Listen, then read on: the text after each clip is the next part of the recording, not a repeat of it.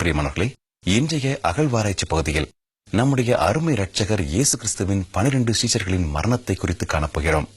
இயேசுவின் சீஷர்கள் மரித்தது எப்படி? ஒரு சிறப்பு தொகுப்பு. முதலாவது மத்தியா. அப்போஸ்தலர் 1 அதிகாரம் 26 வசனத்தில் கூறப்பட்டுள்ளபடி யூதாஸ் காரியோத்துக்கு பதிலாக தெரிந்து கொள்ளப்பட்ட சீஷர். இவர் கற்களால் எரியுண்டு பிறகு சிறைச்சேதம் பண்ணப்பட்டு இரத்த சாட்சியாக மரித்தார். இரண்டாவது யோவான். ஆண்டவருடைய தாயாகிய மரியாளுக்கு மகனாக கொடுக்கப்பட்ட சீஷன். வயது முதிர்ந்து நல்லபடியாக மரித்த ஒரே அப்போஸ்தலர் இவரே ஆகும். மூன்றாவது ததேயு. இவர் பெரிட்டஸ் என்ற இடத்தில் இரத்த சாட்சியாக மரித்தார். நான்காவது தோமா. இவர் இந்தியாவில் உள்ள சென்னை பட்டணத்தில் ஈட்டியால் குத்தப்பட்டு இரத்த சாட்சியாக மரித்தார். ஐந்தாவது சீமோன். இவரை குறித்ததான சரியான ஆதாரம் இன்னும் கிடைக்கவில்லை. இவரும் சிலுவையில் இரத்த சாட்சியாக மரித்தார் என்று கருதுகின்றார்கள். ஆறாவது பர்தலோமேயு. இவர் அர்மீனியாவில் உள்ள அல்லானும் என்னும் பட்டணத்தில் சவுக்கால் அடிக்கப்பட்டு பிறகு தலைகீழாக சிலுவையில் அறையப்பட்டு இரத்த சாட்சியாக மரித்தார். ஏழாவது பிலிப்பு. இவர் டோமிட்டியன் காலத்தில் ஹிரோபோலிஸ் என்ற பட்டணத்தில் பேதுருவை போல தலைகீழாக சிலுவையில் அறையப்பட்டு இரத்த சாட்சியாக மரித்தார். எட்டாவது அந்திரேயா.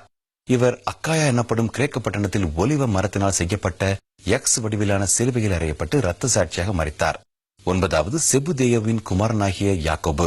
இவர் பாலஸ்தீனாவில் ஏரோது அகிரிப்பா 1ஆம் மன்னனால் ஏறக்குறைய கிபி 44வது ஆண்டு சிறைச்சேதம் பண்ணப்பட்டு இரத்த சாட்சியாக மரித்தார். பத்தாவது அல்பேயுவின் குமாரனான யாக்கோபு. இவர் தேவாலயத்திலிருந்து கீழே தூக்கி எறியப்பட்டு பிறகு கற்களால் எரியுண்டு இரத்த சாட்சியாய் மரித்தார். 11வது சீமோன் பேதுரு. இவர் ரோம மாநகரில் சிலுவையில் அறையப்பட்டு இரத்த சாட்சியாக மரித்தார்.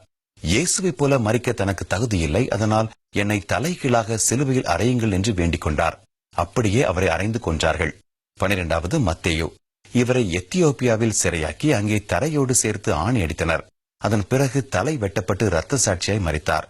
பிரியமானவர்களே, கோதுமை மணியானது நிலத்தில் விழுந்து செத்ததே ஆகில் அது மிகுந்த பலனை கொடுக்கும் என்று நாம் வேதத்தில் பார்க்கிறோம்.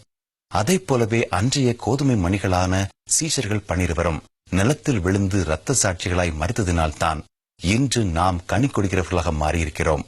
எனவே சோதனை வேளைகளில் மனம் சோர்வடையாதீர்கள். வேத வசனங்களை நமதாக்கிக் கொண்டு பிரச்சனைகளை எதிர்கொள்ளுங்கள்.